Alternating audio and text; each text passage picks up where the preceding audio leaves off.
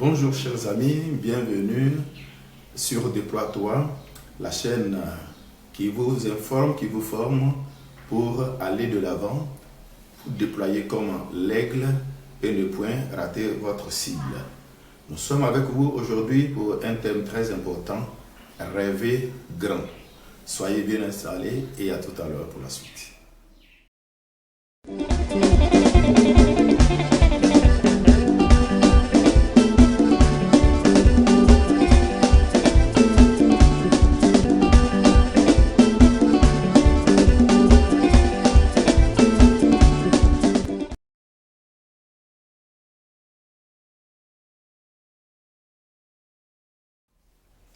Bien, soyez les bienvenus sur Déploie-toi. Aujourd'hui, donc, le thème va s'articuler autour de rêve grand, inspiré de Matthieu 25, 14 à 30. Rêver grand. Comment rêver grand? Il y a deux catégories de personnes. Il y en a qui rêvent grand, il y en a qui rêvent vraiment tout petit. Alors, c'est la parabole des talents. Le maître qui part en voyage donne 500 pièces d'argent à l'un de ses serviteurs, à un second 200 pièces d'or, au troisième 100 pièces d'or, et le maître part en voyage. Le premier s'attelle à fructifier cela, le second pareillement. Quand le maître revient pour faire le compte, le premier dit: tu m'as donné 500, en voici 500 autres.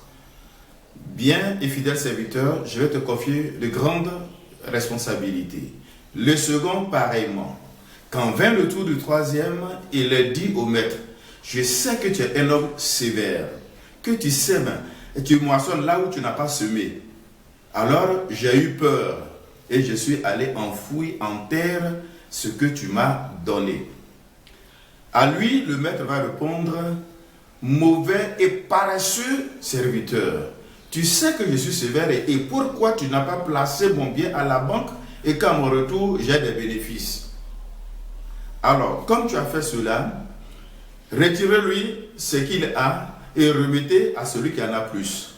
Pourquoi? Parce que celui qui en a, on lui donnera plus, mais celui qui n'en a pas, même le peu qu'il a, lui sera enlevé. Comment on peut actualiser cela aujourd'hui, concrètement dans notre vie?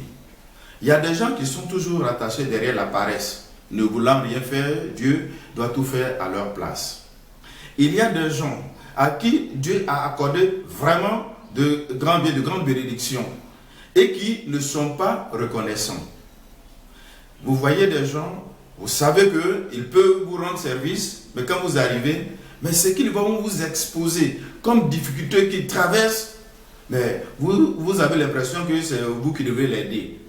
Alors celui-là, il parle contre le maître, contre le créateur, contre son bienfaiteur, qui est celui qui l'a béni, qui n'est autre que le Seigneur. Il n'est pas reconnaissant en ce dernier. Il ne peut pas manifester la joie des bienfaits du Seigneur. Alors, il ne peut pas entrer dans la bénédiction de Dieu. Il est tout comme ces personnes qui, chaque fois, quand vous les souhaitez, je n'ai rien, c'est vraiment dur, c'est mou, c'est ceci, c'est cela. À force de répéter, alors il donne l'occasion aux démons dépouilleurs, aux démons de faillite, aux démons voleurs d'accéder à leur revenu. Et il donne plein pouvoir à ces esprits mauvais, puisque lui-même proclame de sa propre bouche, comme dit les Écritures, c'est le trop plein du cœur que la bouche proclame. Il proclame qu'il n'a rien. Alors, il deviendra rien. Parce qu'il s'identifie à rien.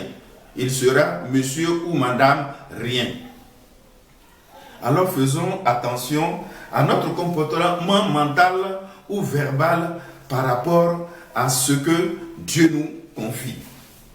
Ça peut aider beaucoup de personnes qui ne savent pas que quand on est dans l'abondance, c'est Dieu qui nous permet de traverser cette période.